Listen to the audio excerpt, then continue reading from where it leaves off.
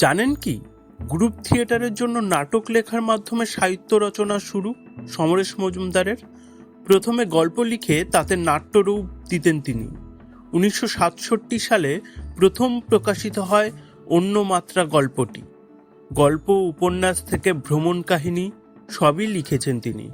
1975 সালে প্রকাশিত হয় প্রথম উপন্যাস দৌড়। তাঁর সৃষ্টি গোয়েন্দা চরিত্র অর্জুন বাঙালি পাঠক কাছের করে নিয়েছে।